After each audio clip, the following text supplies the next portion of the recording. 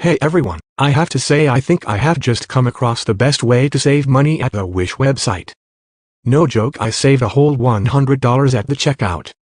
Obviously you guys want to know how, so give my video a watch as I show you every step of the way. Please remember to like, comment and sub as it helps out my channel, and yeah, comment below when you get your unique code. I've been generating the coupon for the past week and everything is still completely working and free. It's actually quite simple, just make sure to follow the entire guide and you'll be sure to get your discount code.